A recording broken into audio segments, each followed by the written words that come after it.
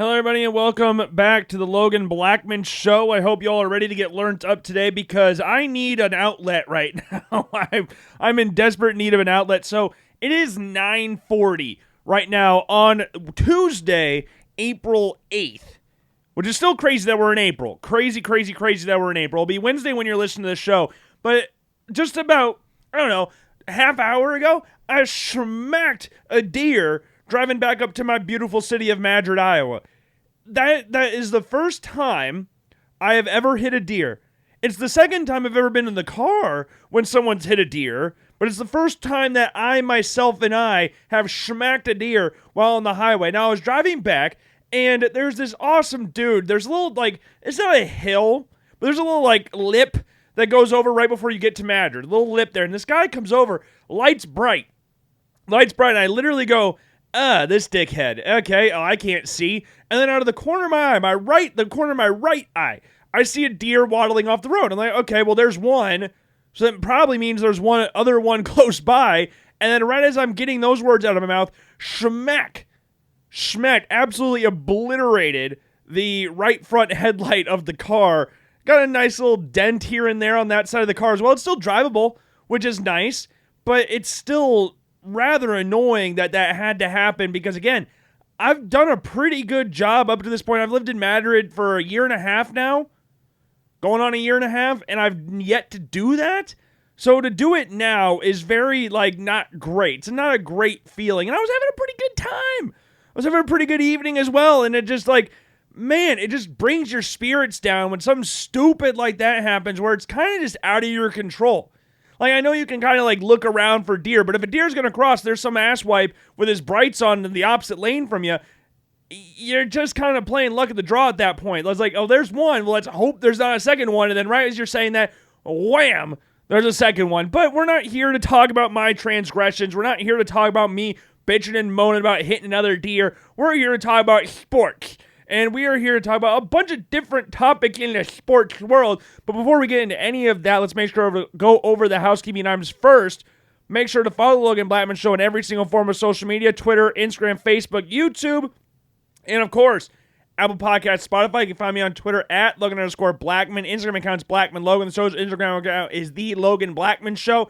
Facebook and YouTube, search The Logan Blackman Show. Make sure you like and follow the Facebook page and subscribe to the YouTube channel. We will have a video coming out for you on Saturday, so make sure you stay tuned for that. It'll be going over the best and worst picks from the last decade in the top 10 of the NFL draft. So the best players taken at 1 and the worst player taken at 1 and 2 and 3 and 4 and 5 and 6 and so on and so forth. You get the picture. And make sure to subscribe to the podcast YouTube channel as well, the Logan Blackman Show podcast. Make sure to check out that if you're listening to the podcast on that channel. Make sure you're subscribed and also make sure to give this video a thumbs up. And also make sure to like, follow, subscribe, whatever, to the Apple Podcast and or Spotify accounts. Make sure to leave a rating out of 5 stars on both. And leave a description down below on why you feel the way you do. You can also check out the Believe in Iowa podcast on Apple Podcasts and Spotify. And make sure to follow on Twitter, Instagram, and TikTok. Iowa's Iowa's spring game takes place 2 days after the NFL draft. April 26th is when Iowa's spring day is. So that's going to be a spring game, sorry. That's going to be pretty exciting. Apparently, Brendan Sullivan's had a very good spring practice so far. Mark Gronowski's not pressed, still recovered from an injury. But it's an exciting time. It's an exciting time for Iowa football. And Iowa basketball even. It's got some pretty exciting times with Ben McCollum coming in. Bennett Sturt's coming up from Drake, the number one transfer portal guy, a transfer recruit in the country, coming up to Iowa, following McCollum up there. McCollum talking about all the Iowa legends of the past, previous coaches and stuff like that from Iowa City. It's a good feeling for Iowa basketball right now, but not this past year. Oh, no. This past year for Iowa basketball was one to kind of forget. It was just not, it wasn't a horrific year. We're not talking about Todd Licklider levels of ineptitude here or anything, but it wasn't great. It just wasn't. And Iowa didn't make the NCAA tournament, obviously. Drake did. Iowa State did. You and I made the NIT, and Iowa just didn't bother making anything this year. They didn't make that freaking Crown tournament, which I found out was a thing on Saturday. Did anybody else know this Crown tournament was a thing? And this could be an ignorant part on my end where it's well, I haven't been paying that close of attention to college basketball this season, so maybe like everybody knew about it except for me. Maybe that's how it worked out. I'm not 100% sure. I thought I would have been more attuned to that, but I was watching the TV and I saw Nebraska versus Boise State in the Crown Tournament. What the hell is that? Apparently, it's like some tournament between the NIT and the NCAA tournament, so teams that weren't good enough to go to the NCAA tournament but were too apparently high and mighty to go to the NIT, so they created this like stupid tournament in Vegas for these two teams to suck each other off and say, "Oh yeah, we were too good for the NIT, but not in tournament." Well, guess what? You're still not in the tournament. So why'd you do that stupid thing? I think Nebraska won that, but I'm not 100% sure. I could be completely wrong. Not my circus, not my monkeys type thing. But we're going to talk about the NCAA tournament. This is the last time we're going to talk about the NCAA tournament. The last few shows we've had to talk about this tournament because it's been going on. March Madness, all that stuff. The national championship was last night with Florida beating Houston, coming back from 12 points down to win their third national championship of the 21st century. Florida becomes the first team since 1997 to beat the defending champion in the tournament and go on to win it all. Reminder, the defending champion was UConn. UConn won back-to-back tournaments. And here's the stretch in that time. So Arkansas beat Kansas. They lost in the semifinal, regional semifinal. North Carolina beat Baylor, lost the national championship game. That was when North Carolina, I believe, was an 8 seed, knocked Duke out of the tournament. Coach K's last game was a loss to North Carolina in the NCAA tournament. Purdue beat Villanova, lost the regional final. A&M beat North Carolina, lost the regional semifinal. Wisconsin beat Villanova, regional semifinal loss. Oregon beat Duke, regional semifinal loss. Kentucky beat Louisville, national championship loss. Lost in the national championship, sorry. They lost to Wisconsin that year, if I'm not mistaken. It could be wrong. Or not, they didn't lose to Wisconsin. They lost to who'd they lose to? Lost to the national championship. Who did Kentucky lose to? I can't remember. Or Duke. I can just look at it. They lost to Duke. They lost to Duke. Iowa State beat UConn, lost in the round of 32. Arizona beat Duke, lost the regional final. Michigan State, beat Kansas. Is there a gap there? Why does it go? Oh yeah, Florida. Sorry, you can't lose to yourself. you can't really do that. But and Michigan State beat Kansas, lost the national championship game that year to North Carolina, I believe. George Mason beat North Carolina, lost the national semifinal.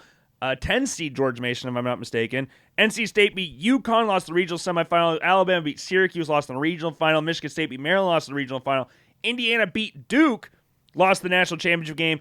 Arizona beat Michigan State, lost the national championship game. Tennessee beat UConn, lost the regional semifinal. Michigan State beat Kentucky, lost the national semifinal. And Utah beat Arizona, lost in the national championship game. So yeah, a lot of losses in there.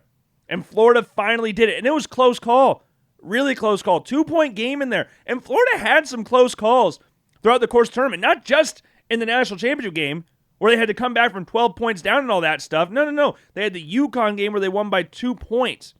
They had to come back against Auburn. They were down 46-38 at halftime in that game. They had to come back against Texas Tech too, I believe, as well. Like, they've had some close games, but this Florida team, they were just fun.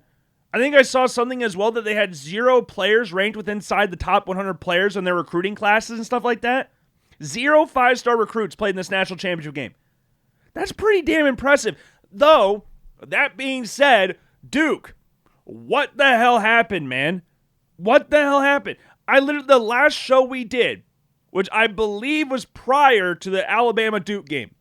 I believe it was prior to that game happening. Or the start of the tournament. Second show during the tournament, I can't remember when exactly it was. Where it's like, I don't know if Duke had... I would be surprised if Duke had a single game finish with them winning by single digits. It felt like, at least to me, I could be reading the room a little bit wrong here. Maybe you think differently than me. That's perfectly fine. But it felt like to me like one of those years like when UConn just steamrolled everybody. Like last year, UConn went in the tournament as the overwhelming favorite to win it again. And they beat every single team by damn near 20 points. Like, it was a bloodbath to the nth degree as UConn went on to win back-to-back national championships. Like, that's what I thought Duke was going to do. Like, Duke steamrolled in the first round. We knew that one was coming. They steamrolled Baylor. And then the game against Arizona, yeah, that was something different because Caleb Love went off 35 points. He had some little revenge in there, being a former North Carolina player, hatred for Duke and all that stuff. Duke still scored 100 points. And then against Alabama just blew their load against BYU and lost 85-65. So we're going to the Final Four. Now, granted, Houston is coming off a pretty dominating win against Tennessee in their own right, 69-50, sorry. They had a 2-point win against Purdue. I did not think that there was a reality where, I was really confident picking Duke. Out of all the other games that I picked throughout the course of this NCAA tournament, Duke was one I never even thought twice about who was going to win the national championship game. I was solely focused on Duke winning the whole thing. I was like, there could be other teams that compete in the Final Four and stuff like that. Obviously, we got to fill up the other 3 spots. But Duke's a lock. Duke's a lock. There's no way they don't. You got the best player in the country in Cooper Flagg as a freshman. Last show, we talked about Cooper Flagg potentially being the greatest freshman in college basketball history. Yeah, that's done. You can't really be the greatest freshman in college basketball history if you don't win a national championship. I'm sorry, I don't make the rules. And you can go, Logan, well, that's a team award.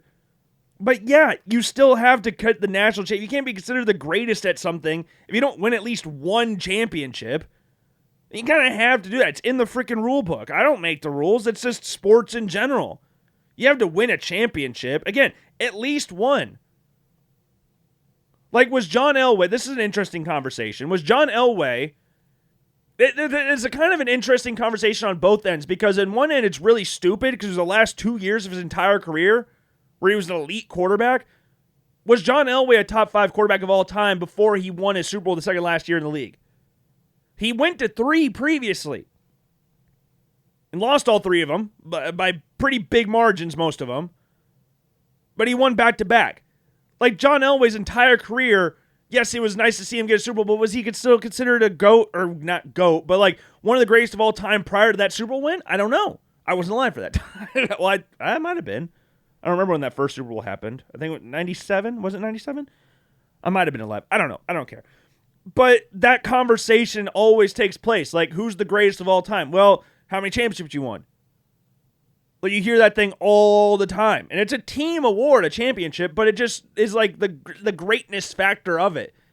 And unfortunately, Cooper Flagg doesn't have it. He's not going to get it. I know they're going to toy with a stupid idea he could come back to Duke next year. He's not coming back to Duke. He's not. If he does, I'll be freaking floored. And I know there's more of a chance of him going back this year than there would have been 4 or 5 years ago. But he ain't coming back to Duke. I'm sorry, not transferring, obviously. I know for those of you who need me to walk you through this, he's going to go to the NBA draft. He's not staying in college. But Duke, how did you lose to Houston? I'm making it sound like Houston's some bum team or something like that. They're not. They were in the national championship game. They were up 90% of that game. But how did you lose that game? I'm still flabbergasted on how you lost that game. I really don't understand it. I cannot grasp it with my brain that you lost this basketball game. You were up the entire freaking time. There was no point where it ever looked like Houston was going to make a comeback. It was it's just too big, too insurmountable for them to come back. And you just stopped rebounding the basketball. With 3 minutes to go to the game, you were up 64-55. That should have been enough right there where you just kind of see out the game. I'm not saying completely shut off or anything like that, but you can see out a game when you're up by 9 with 3 minutes to go in a game. But you lose. At that point, so it's 64-55. 3 minutes to go in the game. 3 minutes to go. 64-55. Remind you that. Duke lost 70-67. They scored 3 points in the last 3 minutes of the game. 3 points. You want to know what those points were? They were all free throws. All of them were free throws. What the actual hell was that? And it pains me to say that because I will never root for Duke. But, I needed one positive thing to take away from March Madness this year. I needed one positive thing to take away. And Duke winning it, though it would have hurt to watch it, I needed it for my own sanity just to say, oh, at least I got the national champion right. That could make me feel a little bit better about myself. But no, I don't even have that. Now, congratulations to Florida. I have no quorums with Florida winning the national championship this year. I loved that Florida team from back in the day with Al Horford, Joakim Noah, Corey Brewer, Chris Humphreys, Maurice Spates, I believe, was even on that team. Like, I loved that Florida team. Back-to-back national champions, beat UCLA, beat Ohio State with Greg Oden, Mike Conley, Jordan Farmar, sorry. Was Darren Collison on that team? But Jordan Farmar was. Ryan Hollins, ESPN's finest, was also on that UCLA team, I believe. Like, that Florida team was just so much fun. Billy Donovan actually just got inducted to the Basketball Hall of Fame, which is a cool thing.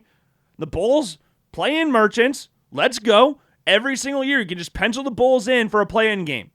Doesn't matter if they're trading all their best players, because the Bulls are freaking hot right now. Kobe White is playing insane. Modest Buzelis is playing really, really good. Josh Giddey's playing well as well. Like, I'm loving watching the Bulls right now. And I'm excited to see what they do in the play-in tournament, because unlike previous years, I actually think they can win the play-in tournament and go on to be the 7th seed, or the 6th seed, sorry, in the playoffs, take on the Boston Celtics, or the 7th, 7th seed. I don't know why I was blanking on that. But regardless, Duke, really? Really, man? Really? And then Houston. While we're on the topic of shaming people, really? Florida wanted you to win that game. Florida was begging you to win that game. You're up by 12 points in the second half. Florida's best player, mind you, Walter Clayton, okay? So in the Final Four, he won the Final Four player of the Final Four and all that. He averaged 22 points per game in the Final Four. That's impressive, 22 points per game. He scored 34 in the first game. He didn't score a single basket until the 8-minute mark in the second half. Florida could not buy a bucket in the first half. Neither team could buy a three-pointer to save their freaking lives in the first half. Good Lord. But then Florida, there was at one point in the game, the turnover margin was 13-4. Like, what? And then it ended up being 13-9. The freaking Alex Condon, their center, had 3 travels in this game. 3. You're lucky to see 1 in a game. And one dude had 3 travels. Walter Clayton he did 2 no-look passes. Both went sailing out of bounds. You could not have asked, really, for an easier game if you're Houston. Because Florida just didn't want to win the game. They didn't. And then it got to a point where Florida's like, okay, Houston, you're not pulling away. This is actually kind of frustrating because now we look like bitches if we don't come back right now. So if you don't actually put the final nail in the coffin here, which it looked like was going to happen, then we're going to have to come back and steal this from you. And they did. And they did. And then whatever the hell was the last play for Houston, that is one of the most chaotic endings to a college basketball game that I can remember. And not chaotic in a good way. No. Not chaotic like Duke Butler, where they purposely missed the free throw and Gordon Hayward's half-court shot hit the backboard and hit the front half of the rim. No, not chaotic like that. No, chaotic like, what the hell is actually happening here? This looks like a YMCA-type game. And what was kind of funny, Emmanuel Sharp goes up for the shot. He thinks he's going to get blocked, just drops the ball. And then no one knows what's going on, so he just stands away from the ball, is trying to block Florida players, but no one else knows what's happening. No one knows he just dropped the ball in the heat of the moment. And all of a sudden, we just see the ball just free. And you can kind of sit there and go like, well, if you just touch the ball and get the foul, get a turnover, at least the clock stops. It's better than just standing next to the ball and not doing anything because none of your teammates know what the hell is going on. And then Florida just gets the ball and passes it up and wins the game. Like, it just was, I don't know if I've actually ever seen anything like that before. I really don't. I really do not think I've seen anything like that. And I know I haven't watched a lot of college basketball like in recent times, but I've watched a lot of basketball in my 27 years on this earth. Pickup games, NBA games, college basketball games, high school games, whatever. I've never seen an ending to a game like that. I've never seen that. And Kelvin Sampson, he had a line. I want to see how he described it. I got an update about it, and I forgot what he said. There was a specific word he used. What did he say?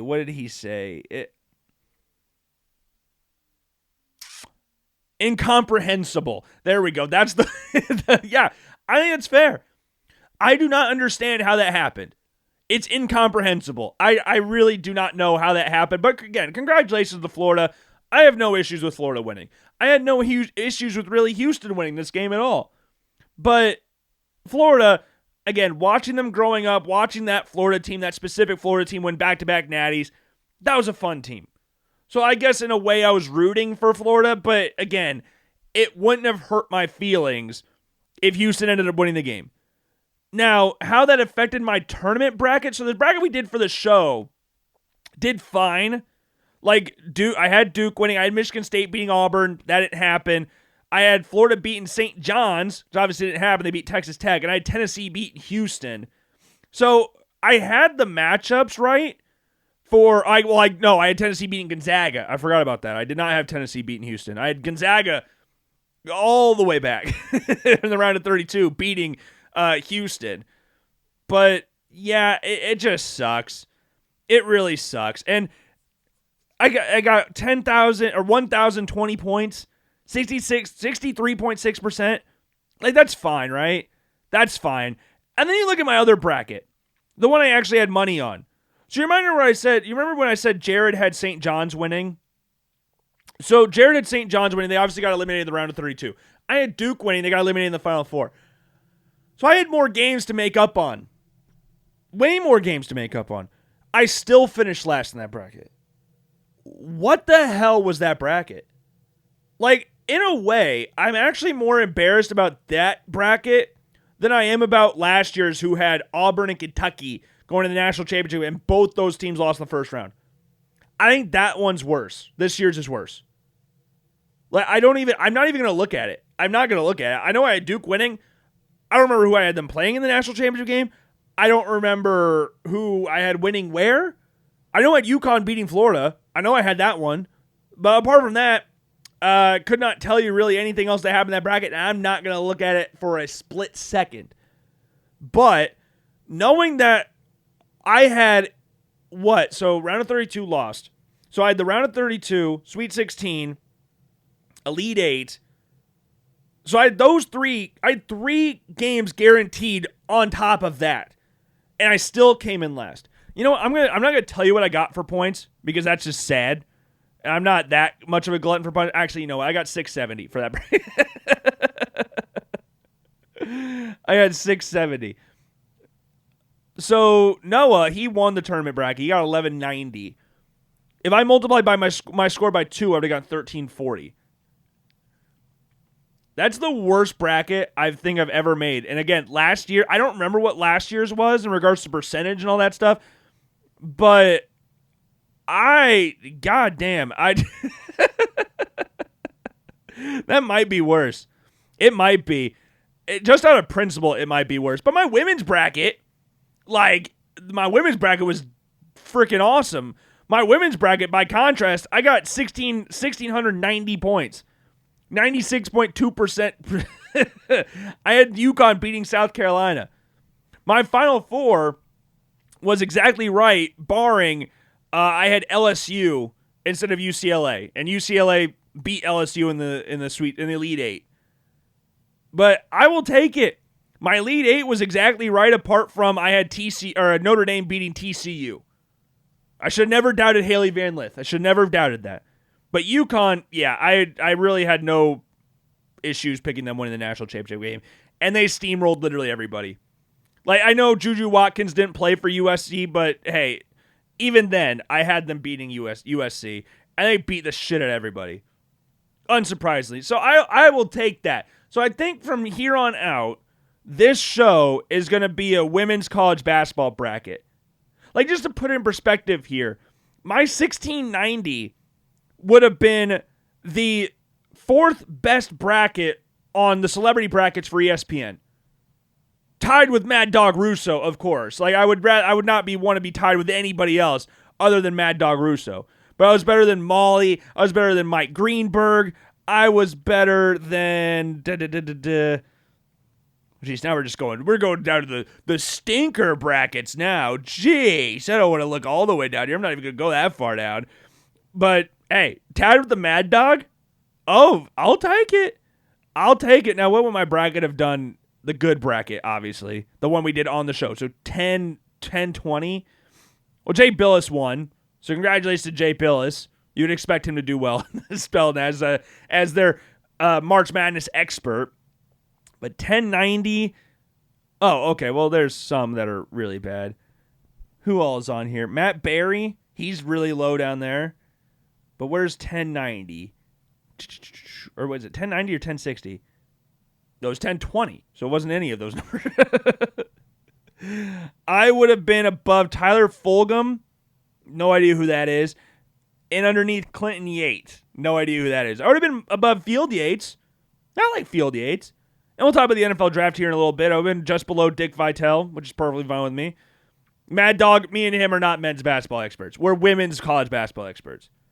So we're not made for men's March Madness, even though he had Florida winning the national championship there. So he got the national championship right in the men's and women's side of things. But Duke, man, I just thought that they would actually do something. I remember, this is kind of funny. I remember when I was scrolling on social media, which is a horrific thing to do when you're building a bracket, is scroll on social media and see what the dipshits on Twitter are saying about what you should do. I remember seeing a tweet, and it said, if you pick Florida and St. John's to go far in the tournament, you don't know ball. And I think that's why I ultimately picked UConn over Florida in my paid bracket. Like, I love the fact that I was like, well, I did this bracket on a show, so I'm not going to touch it because I'm not going to be recording a show until the tournament starts, so I can't touch it. I'm middled with my freaking paid bracket up until Creighton-Louisville, which is the first game of the tournament. That is so stupid. But I need to figure out. So, okay, the show before the tournament, whatever bracket I have, that's the only bracket I'm going to do, is on the show. I'm not going to do a bracket off of it. The only bracket I'm going to do is right here. And I will use the same bracket for every bracket. So it's just the same. So I don't middle with it. Because if I make a bracket outside of this domain, I'm going to meddle with it up until that first game. So I just need to avoid doing that altogether and just do it on here. And I'm going to use this bracket for every other bracket. Or I can just take a sabbatical. I don't know. Or I have my mom fill out my bracket. Like, my mom's probably a better March Madness person than I am at this point. I've won one bracket pool, I think, my entire life, and I was in 7th grade. And I won $100 for my dad's work. It was when Brendan Knight made the floater against Ohio State. It was when it was nighttime, when he was at Kentucky. You want to know what I spent my $100 on? A Brad Banks Iowa Barnstormers jersey, because we had season tickets to the Barnstormers at the time. I bought a sick-ass Brad Banks jersey because of that. $100 flat. And the Barnstormers had a 2-week road trip after that, or thereabouts. So I couldn't spend the money right away. So it was burning a freaking hole in my pocket. And I was like, I need to get this Brad Banks jersey. I have to get the Brad Banks jersey. And I did. And I still have it. And it still kind of fits. Still kind of small at the same time. But 7th grade, man. 7th grade. I was 12 years old. 15 years ago. That's depressing. Not that it's been 15 years. No. It's been 15 years since I've won a bracket pool. This is so sad. This is so ridiculously sad. But I want to turn my attention to something I feel like I'm better at doing. Maybe I'm not. I have no idea. Maybe you could tell me otherwise. Maybe you tell me off and say I'm actually horrific at both predicting things. But the NFL draft is ever fastly approaching. Again, it is April 8th. Right now, the NFL draft takes place on April 24th. So we are 2.5 weeks away, pretty much. Or no, 2 weeks and a day for you, for the listeners right now, from the NFL draft. In Green Bay, exciting times. And the closer we get to the draft, again, I brought this up last time, the more and more bullshit, will be spewing out of reporters' mouths. Because here's the thing. These NFL beat writers and stuff like that, they're only reporting stuff they're getting told. Like, I can think of there's been 3 different reports about what the Cleveland Browns are doing from Adam Schefter this entire offseason. It went from, they're going to draft a quarterback early. Both them and the Giants, they're going to draft a quarterback early. And then, a week or two ago, it was, they're zeroing in on Abdul Carter. just the other day, oh, Travis Hunter is the guy that the Cleveland Browns are going to draft second overall. And then the Giants, Brian Dable just took Abdul Carter out to eat the other day. So what the hell are we supposed to do with this information? Usually, the best thing to do is look at like the first thing you hear. Because that's where it's like they're speaking freely. The closer you get to the draft, the more line they're trying to do because now they're trying to manipulate the board and stuff like that. So I have no freaking clue what the Browns and Giants are going to do. Bar. I know what the Titans are going to do, seemingly. It looks like the Titans are going to draft Cam Ward. I saw someone say the heir to McNair. H-E-I-R. Heir to McNair. Because remember, he was nicknamed Heir McNair. Steve McNair was awesome. I would highly recommend, if you've never done it, I would highly recommend you go on YouTube and just watch some Steve McNair highlights. Steve McNair was one of my favorite quarterbacks growing up. One of my absolute favorite quarterbacks growing up for the Titans. Awesome. Was the last quarterback for the Houston Oilers as well. Was he? Because I can't remember. They had, what was his name? Was it not Humphreys? Who was the guy they had in? Older dude. Not an old dude, but older dude. I can't remember what his name was, but Steve McNair was awesome. I'd very much recommend you do that. And Cam Ward, could he be the heir to McNair? I hope so. He's a better quarterback than Will Levis, both coming into the draft, and as a college football player. Cam Ward is just the better option at quarterback. He's far and away the best quarterback in this draft class at this point in time. And the Shedeur Sanders stuff is interesting because him and Colorado just had their pro day the other day. And it's kind of funny. I saw a Patriots fan tweet out, "This is the most legendary pro day I've ever seen in my life. The Giants or Browns have to draft him with one of the first 3 picks in the draft." I respect it. Because people were biting on it. And they're like, how are we supposed to know this is a joke? Well, you could actually just read the room and you kind of go, oh yeah, he's joking. Because it was a fine pro day, but he just wants Abdul Carter or Travis Hunter to fall right to him. That's not going to happen unless Shedeur Sanders goes 2 or 3 to the Giants or Browns. That's just not going to happen. It's a funny, I love tweets like that. Like when Jameis Winston got signed by the Giants, I saw a Giants fan tweet out, well, the Giants have to draft Travis Hunter, so when Jameis Winston throws an interception, they have a guy that's used to tackling people. So, stuff like that. That's just the fun part of the NFL draft. But Shedeur Sanders is an interesting topic at this point in time because now it's again, we went from he is top 3 pick. That's where we were at 2 weeks ago. And then now we're talking about the earliest he could go. The betting favorite for him to go is right now number 9 to the New Orleans Saints, which makes a lot of sense. Don't get me wrong. You have a first-year head coach in Kellen Moore. You have Derek Carr there, which the whole city and team of the city of New Orleans and the New Orleans Saints seemingly hate to their freaking core. Has got, I believe, 1 year left on his deal. You could have Shedeur Sanders sit for a year and then take over the starting role next year, or have him compete with Spencer Rattler, I guess. But what's interesting, what's his first name? I can't remember his first name, but Garrett Nussmeier's dad is actually the offensive coordinator for the New Orleans Saints. Garrett Nussmeier obviously plays for the LSU Tigers. He's from Louisiana. So what if the Saints are bad next year, which could be a possibility, and they take Garrett Nussmeier with a high pick next year? It could happen. I've seen crazier things happen in the NFL, but it'd be interesting to see a father and son coaching together in the NFL. College is one thing. Because that's kind of the same thing I feel like as high school. NFL is completely different. Because you have a whole organization, ownership, GM, head coach, coaches, picking this guy. And now we're like, oh, your dad's the offensive coordinator. I can't remember a time where that's happened. Unless I'm completely forgetting about it. When's there been a time where a coach or head coach or whatever has coached their son on the field? Because there's dads that coach in the NFL, but they're never on the team that their son plays for. Right? Or am I just completely overthinking this? There's there's a really obvious one staring me right in the face. I just can't think of it. I can't think of one. I'm trying to think. Or brother, that'd be crazy too. But Garrett Nussmeier could be a realistic option next year if they don't draft Shedeur. if they draft Shedeur, they're not going to draft a quarterback next year. It's not the Arizona Cardinals with Josh Rosen and all that stuff. No. They're not going to go that crazy. But Shedeur the Saints could be interesting.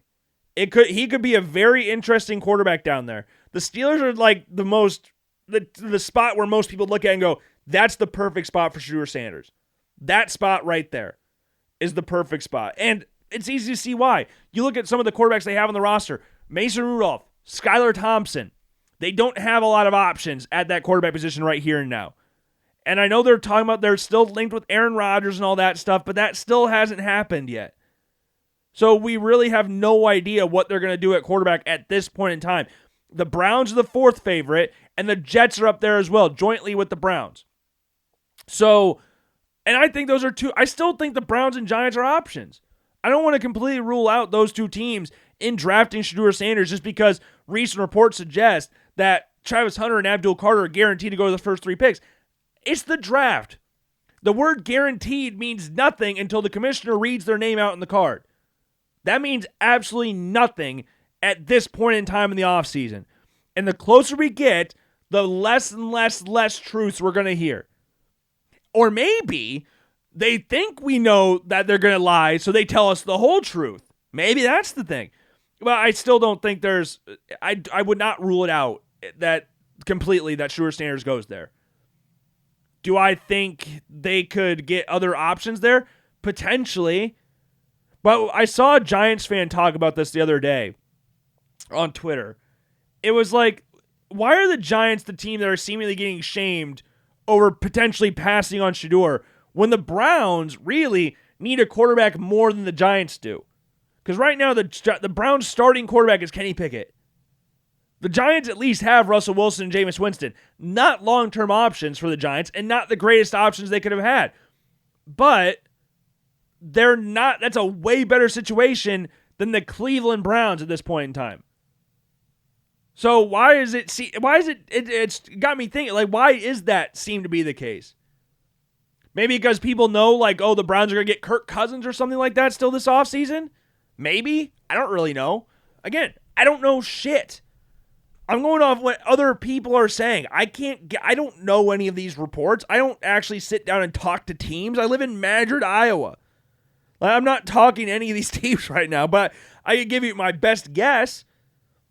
But the Jets are an interesting team. The Raiders, as we talked about before, just because they signed Geno Smith, they just did sign him to a contract, doesn't mean that they're completely out on Shedeur Sanders. We saw the Falcons draft Michael Penix with the 8th overall pick after signing Kirk Cousins to a massive contract.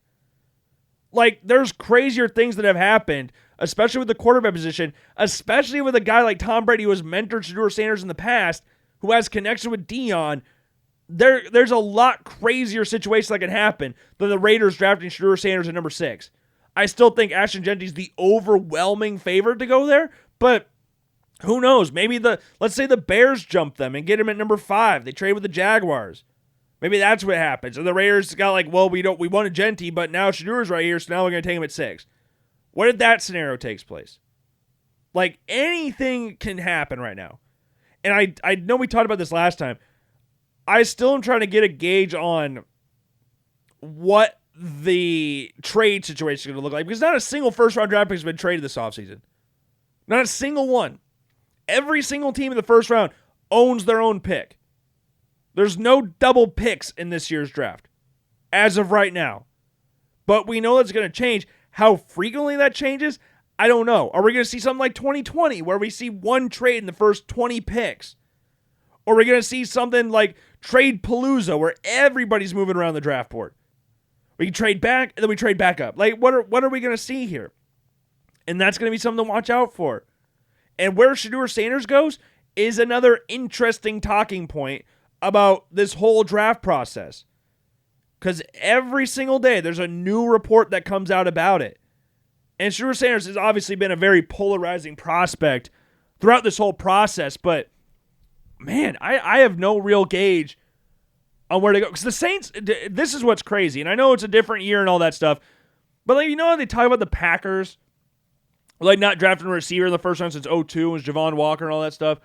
The Saints haven't drafted a quarterback in the first round since Archie Manning. Like that, in 1971, That was the last time the Saints drafted a quarterback in the first round was Archie Manning. It would make sense, in theory, that they would draft Shedeur Sanders, another famous NFL family. You got the Mannings. Now, that was the first Manning, but you get the son. That would be a full circle moment to a certain extent.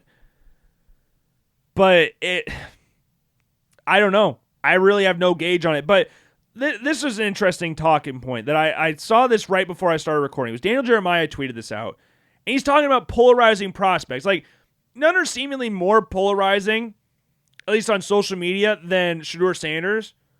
Just because he's related to Deion and played for Colorado, and people have an undying hatred for things Colorado and things Deion Sanders related. Whatever Deion or Shedeur or even Shiloh, to a certain extent, do throughout the course of the offseason. But Daniel Jeremiah says, every draft has polarizing players. Here are a few guys with a wide range of grades around the league.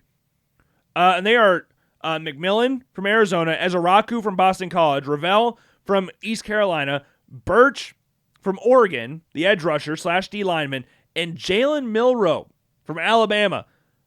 We'll go in order from what he has, and we'll go McMillan to start off here. And there's nothing that shows this more than the first reply to this tweet. Someone replied and said, McMillan's a top 5 player in this class. Unbelievable that people have him going as low as 20. The 2 replies to that. One says disagree, and the next thing says agreed. 2 different accounts tweeted that out. There are 2 replies to that original tweet. McMillan's a top 5 player in this class. And one says disagree, one says agree. Like, and you're just going to get that on social media. Neither one of them elaborated on it. It was just the one word, disagree or agree. That was it. There's no elaboration either way on why he's a top 5 player and why he's not a top 5 player. Do I think he's a top 5 player? No, I do not. I do not think he's a top 5 player.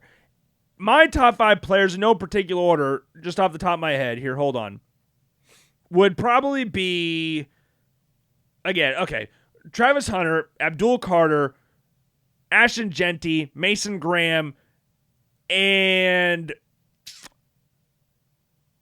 Jalen Walker from Georgia. Maybe Jalen Walker. Cam Ward could be a top 5 player in the draft as well.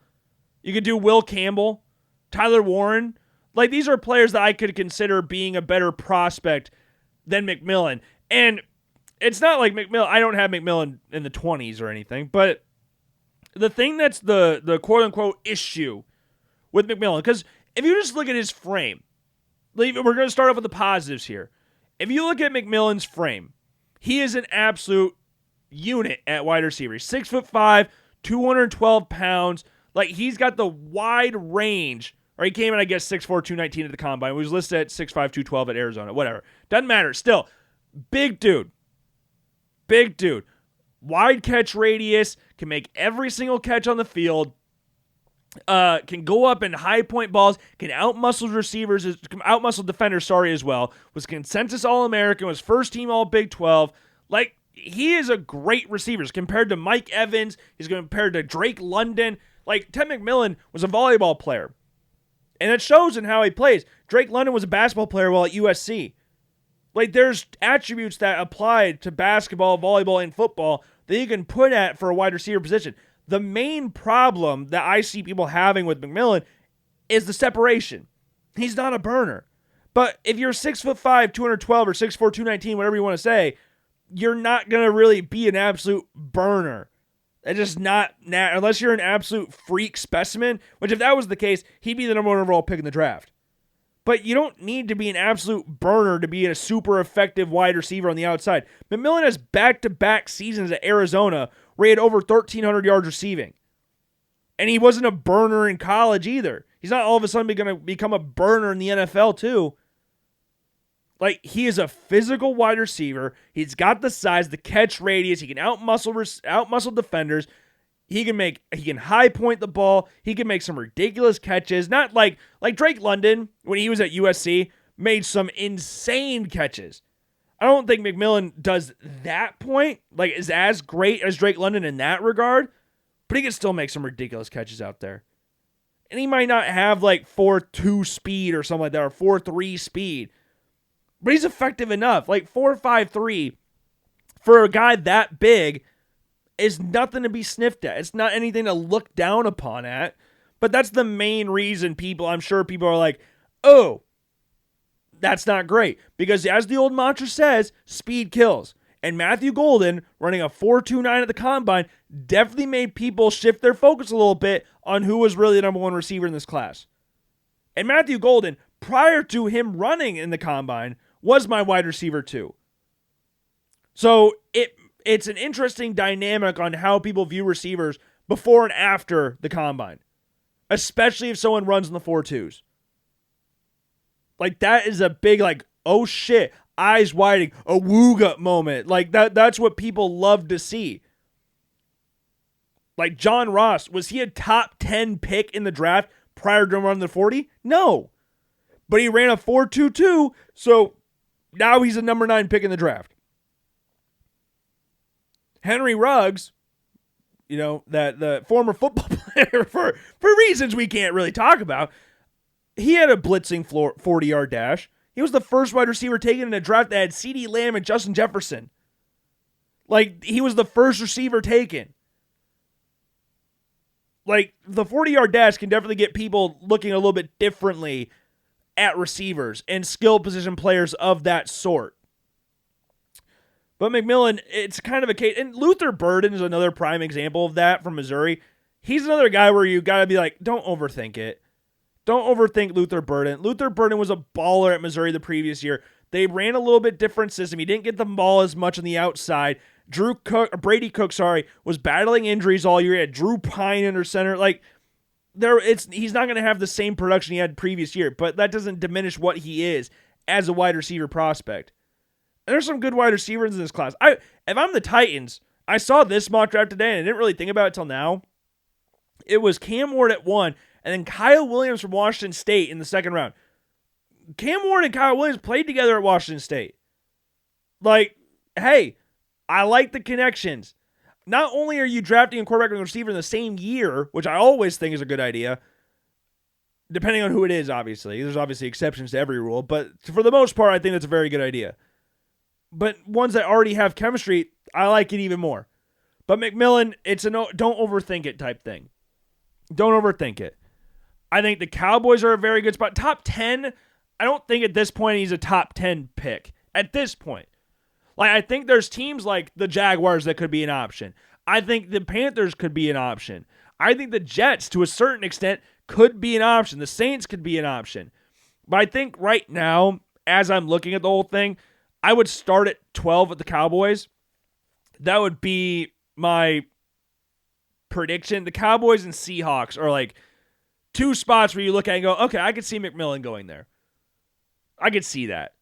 Especially with the Seahawks, like with Cooper Kupp and Jackson Smith-Njigba, both primarily being slot guys. Having that big-bodied wide receiver on the outside opposite of them, I think it'd be a very wise move if he's there. But Mike McDonald, that's not the offense he wants to run. If he wanted to draft McMillan, which he still could do, but I do think it'd be kind of funny to draft McMillan after firing Ryan Grubb because you couldn't establish a run game. Like, adding McMillan's not going to reestablish the run game. So that's going to be the interesting dynamic that they're going to have to figure out in Seattle if McMillan's there. If McMillan's there, it's going to be a very hard pass. Like, you cannot just sit there and go, oh, I'm going to pass on McMillan here. You still need a wide receiver, regardless of what kind of offense schematics you want to run. But is Gray Zabel, Tyler Booker, Kelvin Banks, do you have him higher than McMillan? You're just going to have to play it out. Donovan Ezeraku from Boston College is the next one here. Donovan Ezeraku has got traits that you look for in an edge rusher. He's got really good length. He's got long arms. He has insane bend. If we're talking about like comparing him to other edge rushers in this draft class, he's probably got the best bend out of any of those edge rushers. He put up insane production while at Boston College as well. Was second in the nation in sacks last year at 16.5 sacks behind Mike Green. Actually, he tied the record that was held by Harold Landry, just signed with the Patriots this offseason, for most sacks in a season in Boston College football history. Like, he has the production. He has the length, or the arm length. He has the bend. He has the burst, but he's 6'2". He's 6'2", 248. regardless of what you think, hold on. That's not really what a lot of teams are looking for in their starting edge rushers. Like, he's 6'2.5", but he has 34-inch arms. Like, that's pretty crazy. Like, he's got all the tools you look for. He's one, more so than McMillan, that I could see a lot of people viewing differently. Like, I could really see Ezra going 19 to the Buccaneers. I could also see him not going in the first round at all. Like, he has a very wide range of where he could go. But I think he'll be a very good edge rusher in the NFL. It's just going to be a very interesting fit where you put him. It's kind of the same thing with Jalen Walker. Jalen Walker's not prototypically the biggest side for an edge rusher, but he's just so explosive. So explosive. So you got to kind of pick and choose what traits you're going to look at here on how you value a player. But Ezra, I think could go anywhere from 19 all the way to the second round. Like, there's a wide range on where he could go. Next one here, Ravel from East Carolina, coming back from an injury. That's the main thing. And playing at East Carolina. You get these things every single year where you're like, the talent is there. The talent and the size is there. He's 6'2", 194 pounds. But again, he tore his ACL.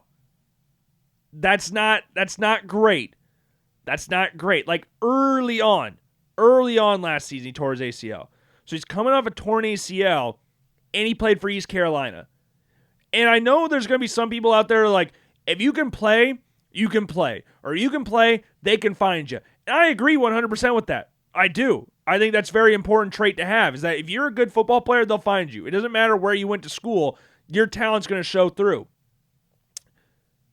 But there are going to be some concerns about the receivers that he's had to go up against throughout his time in college. Like, if you're looking at East Carolina playing the AAC, what is the best receiver you can think of that he would play realistically? Like, I'm going to try and find one from this year's draft class. Hold on. I don't have all the receiver prospects memorized off the top of my head. I have most of them figured out. There could be some or 2 or 3 or 4 or 5 or 6 or 7. I don't know. There could be a decent amount that I'm forgetting about, so I do apologize. Hold on. I just need my computer to actually work for me. Which it's not going to, because that would mean something's going right for me right now. that would mean something's going right. But, okay, I'm not going to wait for it to load. That's going to be the concern there. I could see him going in the first round. I really could. It would not shock me in the slightest. Especially he's a track guy as well. He played wide receiver as well in high school. I know that's like in high school, but the skills, the knowledge of what that position does is still important. So I think there's a chance he goes in the first round. I think there's more likely of a chance he goes in the second round.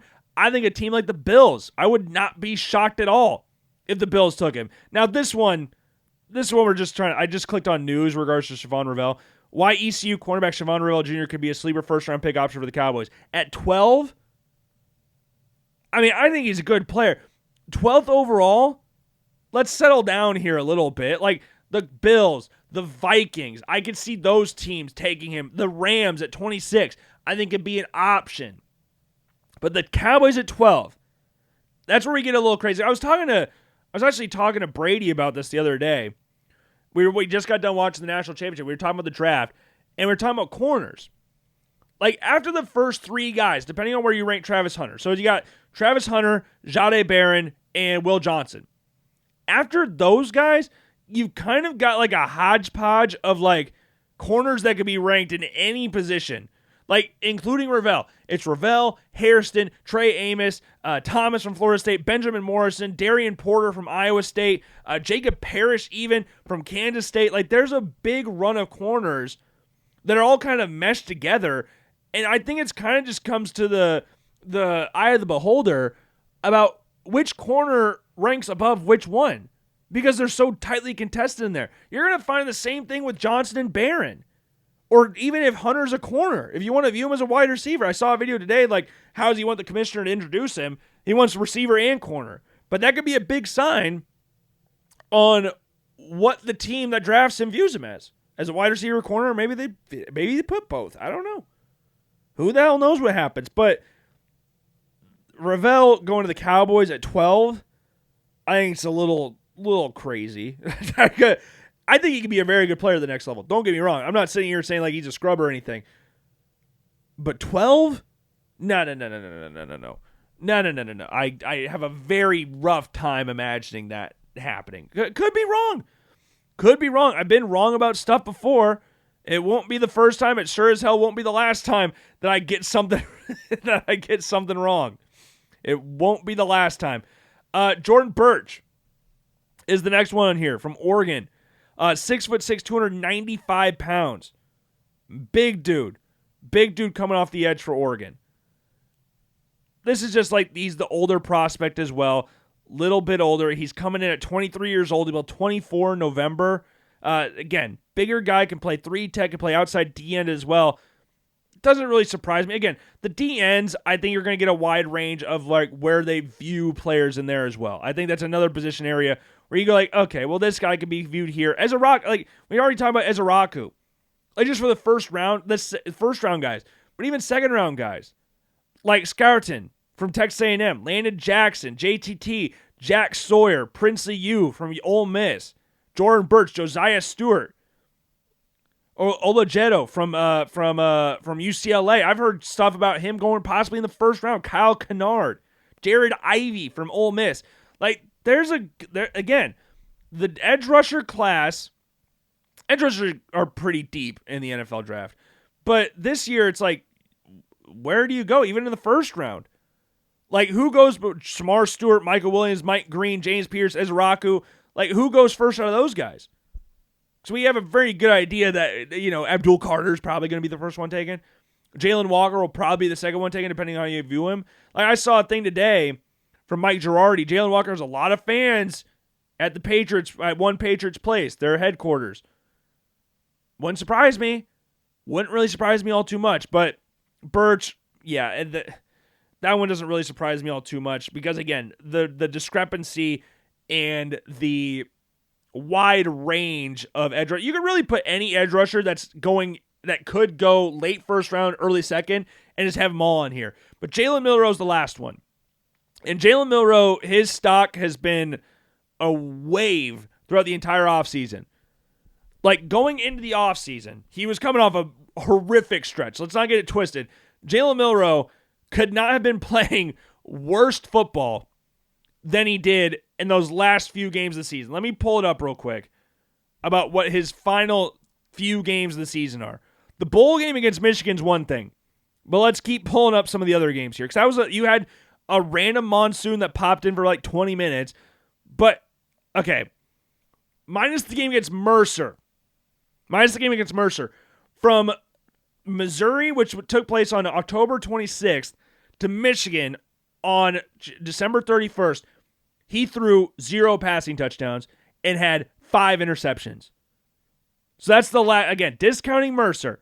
1, 2, 3, 4, 5. 5 games, 0 passing touchdown. 1 passing touchdown, sorry. He had 1 against Michigan and 5 interceptions.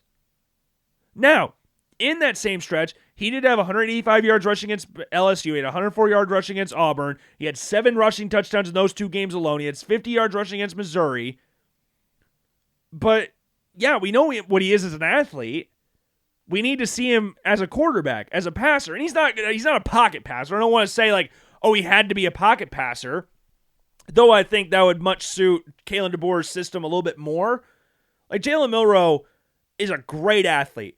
Out of all the quarterbacks in this draft class, Jalen Milroe probably has the strongest arm. But we've talked about this 1,000 times with Jalen Milroe. The intermediate throws are just not there yet. And that will get developed. That will get developed in time. Because I think Jalen Milroe's got the stuff to be a good quarterback at the next level. And you go, well, Logan, people have related him to Anthony Richardson. He's not Anthony Richardson. Anthony Richardson, at this point in time, I think has 18 career starts at any level of football ever. Like, they're not the same. Like, Milroe, it wouldn't shock me if he still won the first round. It really wouldn't. Because this is one of the situations where, like we've talked about, where people are going to tank his draft stock. Absolutely going to tank it. Just so he falls to them. But now, within the past week, now we've heard like, oh, the Steelers really like him at 21.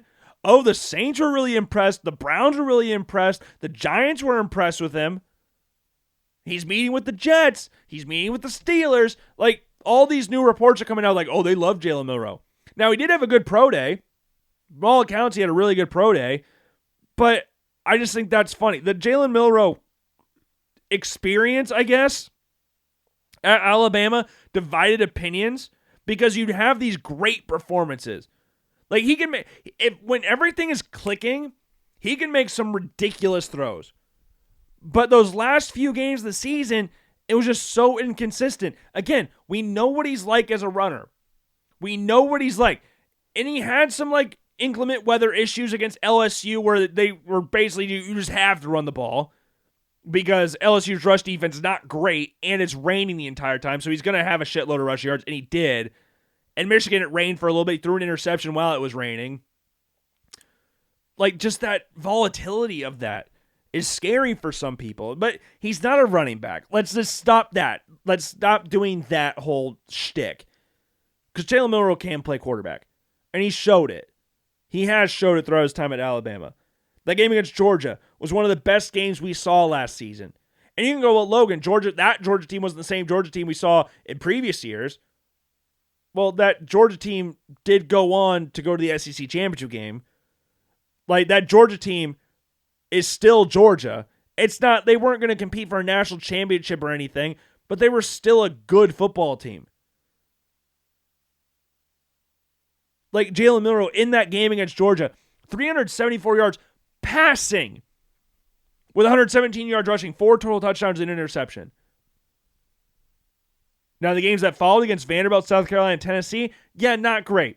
3 touchdowns, 5 interceptions through those games. Not great. Didn't have 100 yards rushing in any of those games after that either. Vanderbilt game, I thought he made some decent throws throughout the course of that one. South Carolina made some rough interceptions. In Tennessee, the last throw of the game still haunts me a little bit. But I completely understand on Jalen Milroe. I completely understand that. I think he's very good. I think Jalen Milroe is very, very good. I think if he's given time, I think he could be a very good quarterback. The Giants, I think, could be a very good spot for Jalen Milroe. I think he could. Like, if we're talking about, like, he's obviously not the same player as Josh Allen. I'm not saying that at all. But from Brian Daboll's perspective of the traits aspect of that, like, Jalen Milroe's got, again, the strongest arm in the class, most mobile quarterback in the class. There's got to be the middle ground in there of the intermediate passes, the short passes, the smart throws, not looking to run first. That was something I had to get coached out of Jayden Daniels at LSU. Because at Arizona State, Jayden Daniels was running first. You saw that in early blips in his first season at LSU, but as the season went on, he started throwing the ball more. He wasn't always looking to run. Jalen Milroe is going to need to get that coached out of him, and he's not going to go into a system and start right away. He's not going to do that. The Giants have a spot right now with Winston, with Wilson, where he does not need to play. Because for all the things Jameis Winston and Russell Wilson aren't, one thing they are is very durable. They don't get hurt. I know Jameis had the torn ACL thing with the Saints, but apart from that, they've both been very injury-free for the better parts of their careers. Like, Russell Wilson's gotten beat up when he was in Seattle. When they had no offensive line, he was running for his line. They're running for his life. They're like, let Russ cook and all that stuff. But he never missed time. Throughout his time in the NFL, which has been going back to 2012, since he's been in the league, Russell Wilson has missed a few games in there. Some of them due to benching, some of them due to some injury. But for the most part, 199 starts since 2012. You're not really going to find a lot better situation to sit in behind than that. You look at a team like the Browns. He's going to need, unless they get Kirk Cousins in there, which even then, I don't think Jalen Milroe fits the style of offense that Kevin Stefanski wants to run. I can see Jalen Milroe working in Brian Daboll's offense. Because with quarterbacks like this, like Jalen Milroe's, the raw quarterbacks, they need a place where the coach will actually sit and learn and adjust their system around said quarterback and said skill sets rather than try to pigeonhole them into something that they're not, which is what we saw with Matt Nagy and Justin Fields in Chicago trying to turn him into a pocket passer, which is something he is not. Like, could you imagine if John Harbaugh said, hey, Joe Flacco's our starter, but Lamar, when you go in, we're going to ask you to do the same thing Joe Flacco's doing. No, that's stupid because Joe Flacco and Lamar Jackson are two different quarterbacks. You can't ask them to do something that they're not. Let them play football. And that's what I give John Harbaugh and the Ravens staff a lot of credit for because they brought in RG3. RG3 was never going to play, but RG3 is that running quarterback that could be a good mentor for Lamar Jackson because Joe Flacco is just not that. Like, the Ravens had to adjust to Lamar's skill set rather than trying to pigeonhole him in something that he's not. Jalen Milroe is not a pocket passer. You cannot make him go to a team like the Browns and do play-action passes the entire time because that's not what he's going to do. That's why Shedeur Sanders would be a very good quarterback for Kevin Stefanski. I could see Tyler Shough from Texas Tech being a very good fit for Kevin Stefanski and the Cleveland Browns, but Jalen Milroe is not that. Jalen Milroe, I think, would go to the Giants and be a very good option for them in the second round. That's what I would pick. At this point in time, that's the direction I would go. Like the Steelers, you could go like, well, that's a nice fit there with Mike Tomlin and all that stuff, but their quarterbacks there are not quarterbacks that are going to be conducive to a scheme that fits around what Jalen Milroe does best. Is Arthur Smith going to be a guy that fits that system around him? I don't think so. I could be wrong. Maybe I am wrong, but I would see rather Shedeur go to the Steelers or Jackson Dart go to the Steelers than Jalen Milroe. So in a perfect world, Jalen Milroe goes to the Giants with the 34th pick. That's what I would like. Carter or Hunter go to the Giants at 3, and then you get Jalen Milroe. Or in a scary world, they take Hunter at 3 and trade back in the first round and take Shedeur Sanders. Pair up the Colorado guys because the Giants were at damn near every single Colorado game this year and had a heavy contingent and heavy presence at Colorado's Pro Day. So maybe that's the direction they go. But I want to talk about Tyler Shough real quick because we've talked about him a little bit before, and I still think he's one that Daniel Jeremiah didn't list on here. And part of me was surprised about that. Part of me was because the more and more like I do digging around Tyler Shough, the dude's got a lot of skills. A lot of skills.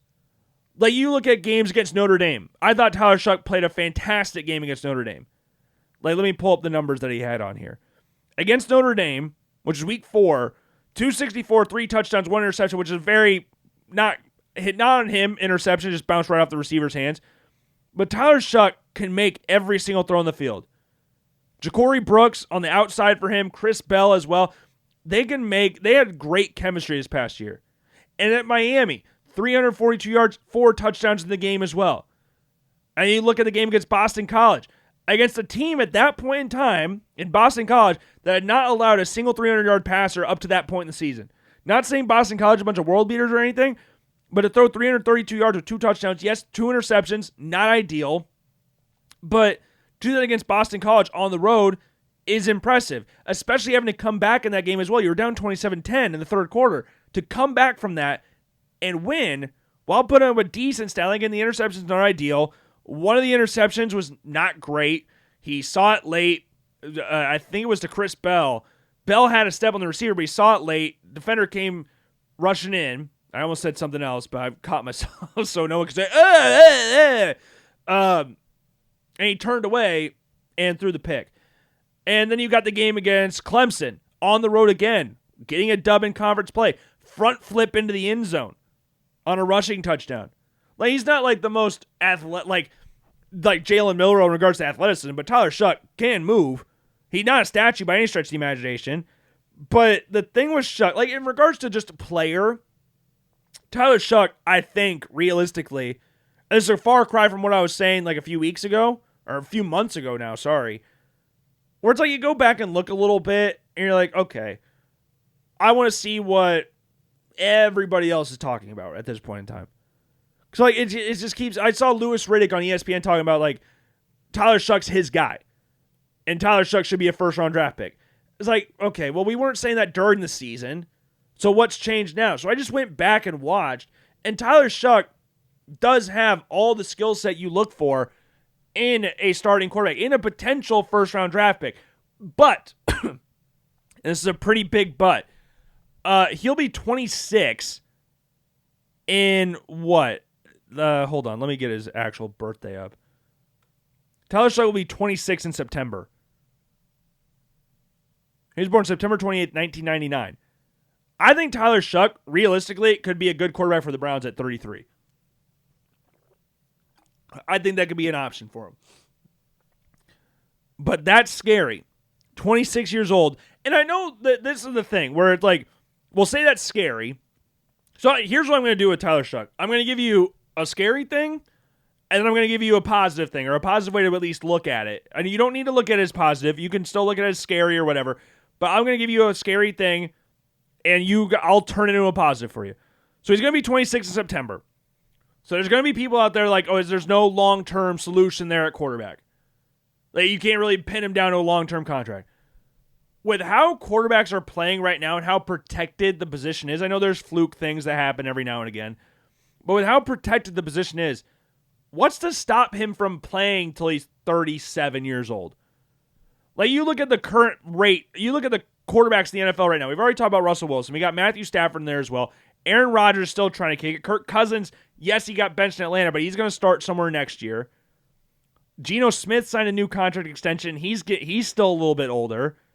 I'm not saying like these guys are all still world beaters or anything, but Tom Brady, I'm not gonna bring up Tom Brady. That was stupid. Sorry. But there's older quarterbacks still kicking in the league. Just because you're older now, it's not as much of a death sentence as it was a decade ago. Like, quarterbacks are staying healthy longer because the position is continuously getting more protected. And Tyler Shough, like I said, is not like a Jalen Milroe, Jaden Daniels, Lamar Jackson level athlete. He can move. He can make plays on the ground if he needs to. He can pick up some decent carries. Like the Notre Dame game, he had like a 40-yard carry. He just happened to fumble the ball away, which is not great, but, it happens, I guess. Like, there's no reason he couldn't play a good, till 37, 39 years old. Like, you can get a good career out of that. You don't need to be the spring chicken all the time. Like, you'd like to get the younger quarterbacks like, we can have a longer term history here. But what if he gets hurt at 23? Maybe his career drastically changes. I don't know. We don't know. That's the whole thing. And this thing that's kind of funny with Shough is his recruiting class. His recruiting class is Trevor Lawrence, Justin Fields, JT Daniels, Tanner McKee, Justin Rogers, Dorian Thompson-Robinson, Jaron Williams, Matt Corral, and then him. That's the top 10 quarterbacks in his class. Trevor Lawrence and Justin Fields are the top 2 quarterbacks in Tyler Shough's high school class. Reminder, they were both drafted in 2021. And as of right now, would you draft Tyler Shough or sign Justin Fields to a new contract? And some could say that's stupid, but it's going to be a conversation that teams have. Because maybe the Jets draft Tyler Shough. Maybe we have that conversation. Because Tyler Shough has the skill set to be a very good quarterback at this next level. He's just older. And that's scary. But again, with the position being protected as it is, with him not being the most active runner out there, I guess you could say, he could play for a long time and be fine. Now, brought up injuries before, like young quarterbacks getting hurt. Tyler Shough does have an injury history. This is where I'm kind of about it. Because the scary injuries to me are muscle injuries and joint injuries and stuff like that. I mean, all injuries are scary, but a broken leg and broken collarbones, I don't think are injuries where I'm going to look at and go, I need to worry about repeat injuries here. I know he broke his collarbone back-to-back years, 2021, 2022. But if you have a hamstring problem and you're 19, your hamstring problem is going to last you up until the end of your career. In a perfect world, I don't really worry about him breaking his leg again. I really don't. I'll knock on wood for his sake. But when do you see someone break a leg and then break it again. It's the thing with the Tua hip thing. Like, it's not something that just happened. Like, he got hit. Like, it wasn't like an ACL injury or something like that, where you could just be walking down the stairs and take a wrong step and pop, your ACL's done. There's repeat ACL tears all the time. But broken legs, how many times do we see a guy break his leg and then break it again? So I don't really think like these injuries, yes, he's had a decent amount of them. And if you look at his numbers throughout his time at differing colleges, whether it be Oregon, whether it be Texas Tech, whether it be Louisville this past year, he's missed some significant time due to injuries. Yes, that fact is not lost on me. But again, these injuries are not muscle injuries. And I think the muscle injuries are the ones that are a little bit scarier than breaking bones, if that makes sense. Maybe you think differently than me. He's only played 12 games one time, and that was this past year. Prior to that, he played 5, 7, 4, 7, and 4. That's not really like the recipe for success that a lot of teams you would imagine are looking for, given the fact, again, that he's turning 26 in September. But if you look at it like that, then it's going to be scary drafting anybody, really, because there's going to be flaws in everything. But if you look at it in a different light and go, well, quarterbacks are a very protected position. He could play a long career and be 26. And then the injuries are all breaks. Realistically, he's not going to continuously break his leg and break his collarbone. Like that, those just aren't injuries that you see happen consistently. If they happen once, then it happens. Yes, there's freak accidents in there, but if it happens, it happens. He's not pulling his hamstring every other day. He hasn't torn his ACL multiple times. He hasn't had shoulder surgery. I know it's collarbone, whatever. But I don't really view those as massive, massive, massive problems at this point in time. They're not like, I'm not saying you need to ignore them, but I don't say that should be your overarching opinion about Tyler Shough at the same time, if that makes sense.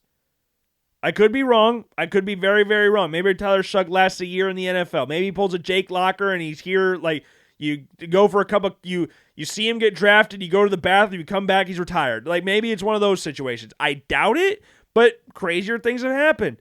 Crazier things have happened. Like, you just don't see that kind of stuff. And maybe there's, like, quarterbacks that wind up getting drafted in the first round we didn't see getting drafted in the first round. But right now, as things stand, we are going to see Cam Ward, Shedeur Sanders, Jackson Dart, Jalen Milroe, and Tyler Shough all taken day 2. And I would imagine all taken within the first 2 rounds. After that, the Will Howards, the Kyle McCords, the Riley Leonards, that's where they start entering the fray. And where they go, I don't really know at this point in time. But if I had to guess, at this point, given everything that I've seen, I would guess that I want to see something real quick. Hold on. I need to see if they're actually considering it. Because if they're not, then I don't want to. Okay. So if I had to guess right here and now, I'm going to say Ward to the Titans, Shedeur to the Saints, Jackson Dart to the Rams, Shough to the Browns, Milroe to the Giants, Will Howard to the Steelers, Kyle McCord to the Jets, and Riley Leonard. Where would I say Riley Leonard would go? Kyle McCord could also go to the Raiders. Riley Leonard to the Jets, Kyle McCord to the Raiders. Does that one make sense? Yeah, I think that's the direction we're going to go. Yeah. So what was that? Cam Ward to the Titans, Shedeur to the Saints, Jackson Dart to the Rams, Shough to the Browns, Jalen Milroe to the Giants, Will Howard to the Steelers, Kyle McCord to the Raiders, and Riley Leonard to the Jets. I think that's fair. And then, like, we'll get lazy and go, like, Quinn Ewers to the Dolphins or something. Or it's going to be Quinn Ewers or Dylan Gabriel to the Dolphins. Like, that's pretty much, I'm very confident in that happening. I don't know which one, but I feel like one of those two will go there.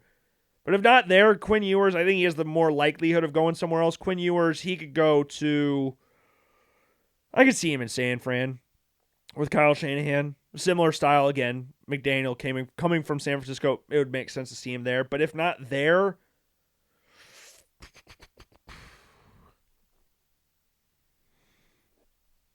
where could he go if not Miami? Not New England. Wow.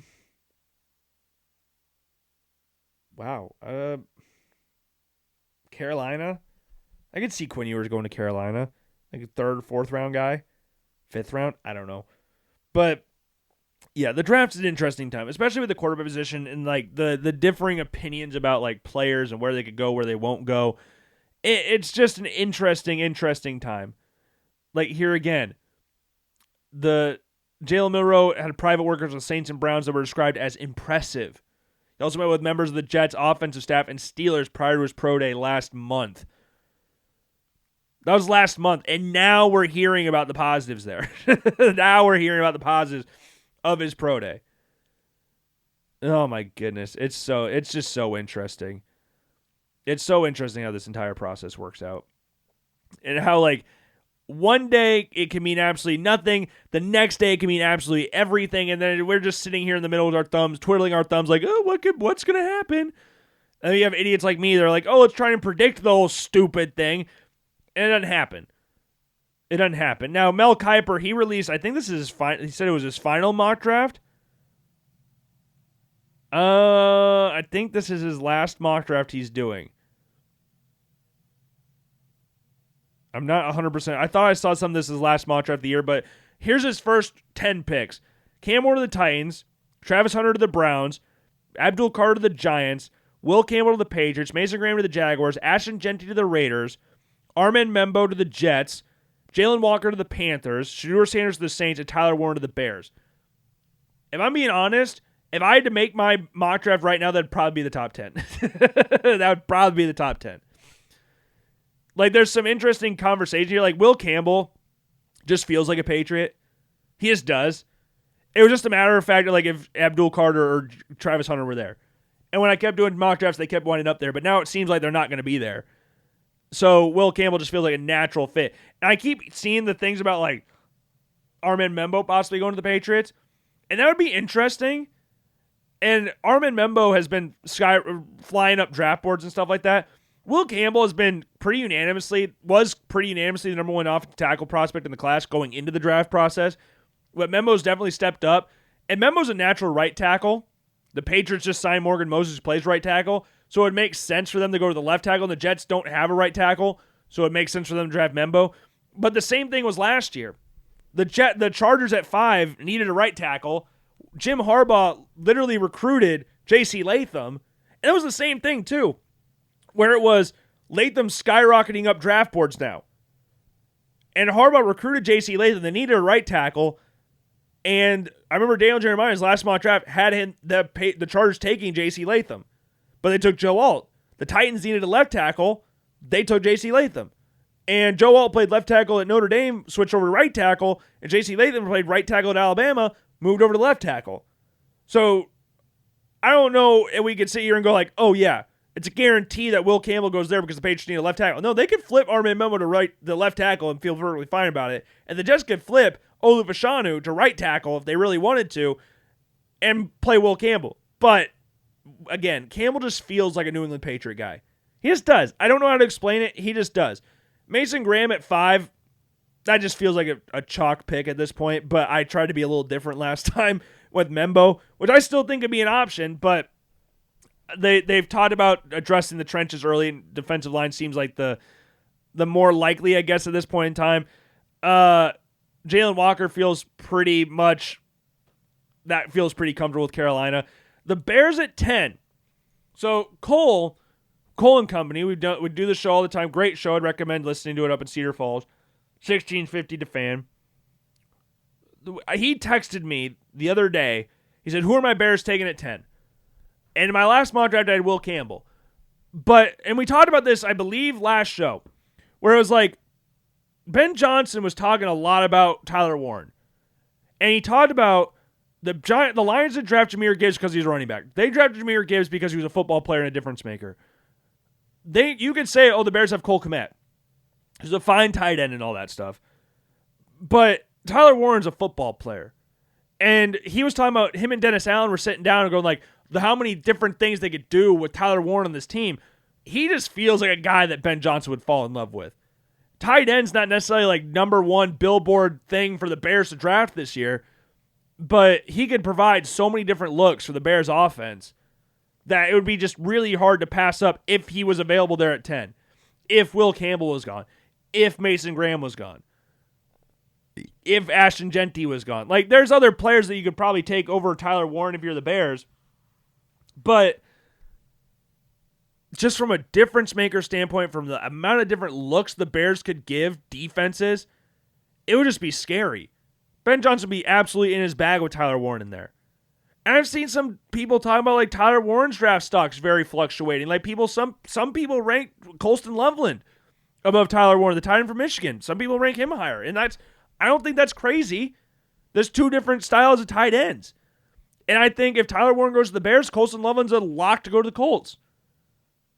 Like, if Tyler Warren's off the board, pencil in Colston Loveland to Indianapolis. Just do that for yourself. But, yeah, if I did a draft, that would probably be my top 10.